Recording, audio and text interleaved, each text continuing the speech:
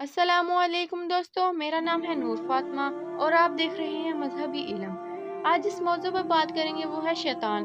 शैतान कौन था, शैतान की तख्लीक कैसे हुई और इसके माँ बाप कौन थे, और रोए ज़मीन पर सबसे पहले शैतानों और फरिश्तों के दरमियान जंग किस वजह से हुई, इज़राइल से इब्लीस कैसे बना, और ऐसे बहुत से सवाल जो शैतान यानी इब्लीस के हवाले से हमारे जहनों में उठते हैं। आज उन सवालात के जवाब कुरान और हदीस की रोशनी में दिया जाएगा और ऐसे हक़ाइक़ से वाकिफ़ करवाया जाएगा जिसके बारे में अक्सर हमारे मुसलमान बहन भाई वाकिफ़ ही नहीं।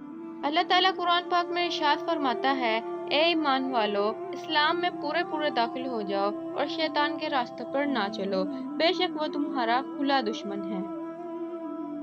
शैतान का खानदानी पसे मंजर। हजरत आदम के दुनिया में आने से कबल कुर्रे अर्ज़ और आसमान पर दो किस्म की मखलूक रहती थी, एक नूरी और दूसरी नारी।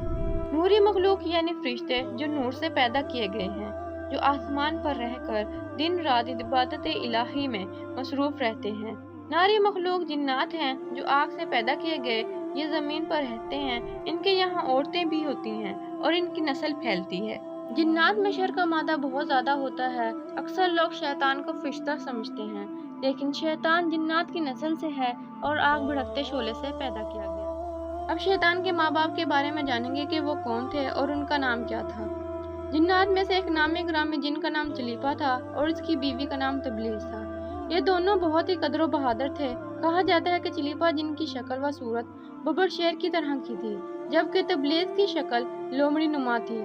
चलीपा जिन्नात का सरदार था। उसके नाम से बड़े बड़े जिन्नात खौफ खाते थे, इसलिए उसकी कौम उसे शाशीन के नाम से याद करती थी, जिसके मायने है दिल दहला देने वाला।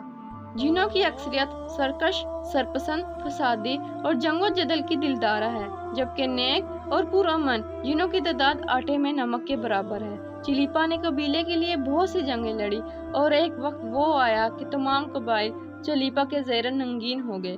वो वक्त था कि जब कौम गरूर और तकब्बुर में मुब्तला होकर सरकशी पर उतर आई, यहाँ तक कि उनके झगड़ों, फसादात और खून खराबे से ज़मीन सुर्ख हो गई। शैतान की पैदाइश। शैतान कौन था, शैतान कब और कैसे तख्लीक हुआ? जब चलीपा यानी शैतान के बाप की कौम में झगड़े और फसादात पैदा हो गए, तो अल्लाह ताला ने इस फसादात और झगड़ों को ख़त्म करने के लिए आसमानों से फरिश्तों की फ़ौज भेजी। ज़मीन पर चलीपा की कौम और फरिश्तों के दरमियान एक खौफनाक जंग हुई, जिसके नतीजे में चलीपा समेत ज़्यादातर शरपसंद जिन मारे गए। कुछ समंदर दूर दराज जज़ायर में जा छुपे, जबकि नेक जिन्हों ने गारों में पनाह ले ली। उस वक्त शैतान कम सुन था और उस तबाही में एक मैदान में खड़ा ज़ोरकतार रो रहा था। शैतान के इर्द गिर्द जिन्नात की लाशों के ढेर पड़े थे। फरिश्तों का काम खत्म हो चुका था। वो आसमान पर उड़ते हुए वापस जा रहे थे कि अचानक फरिश्तों के एक ग्रुप ने शैतान को रोते हुए देखा तो जमीन पर उतर आए। इज़राइल नहायत हसीन और जमील था और उसके चेहरे से मासूमियत भी टपकती थी। उन्हें इज़राइल पर तरस आ गया।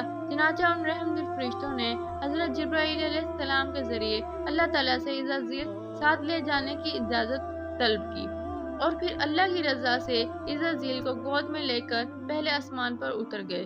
वहाँ इज़राइल की तालीम और तरबियत का बेहतरीन बंदोबस्त कर दिया गया। इज़राइल ज़हीन था और मेहनती भी। अपना तमाम तर वक्त इबादत और रियाफत में गुजारता था। अपने अतालिक फरिश्तों समेत सबसे कम बात करता। अकेला ही आसमान के सैर को निकल जाता और घंटों कुदरत इलाही के राज़े सरबस्ता को जानने की नाकाम कोशिशों में अपना सर खपाता। वक्त तेजी से ही गुजरता जा रहा था। इज़राइल के सर्द रवैये ने इज़राइल को फरिश्तों में मगरूर और मशहूर कर दिया था, लेकिन इज़राइल को कोई फिक्र नहीं थी। उसका हदफ तो था सिर्फ अल्लाह का इबादत गुजार बनना, जिसकी वजह से इज़राइल दिन रात इबादत में मसरूफ रहता था।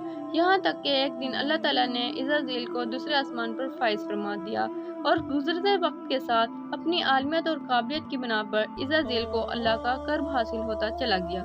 पहले आसमान पर इज़राइल को आबिद कहा जाता था, दूसरे आसमान पर जाहिद, तीसरे आसमान पर आरिफ, चौथे आसमान पर वली, पांचवें आसमान पर तकी, छठे आसमान पर खाजन और जबकि सातवें आसमान पर इज़राइल के नाम से पुकारा जाता।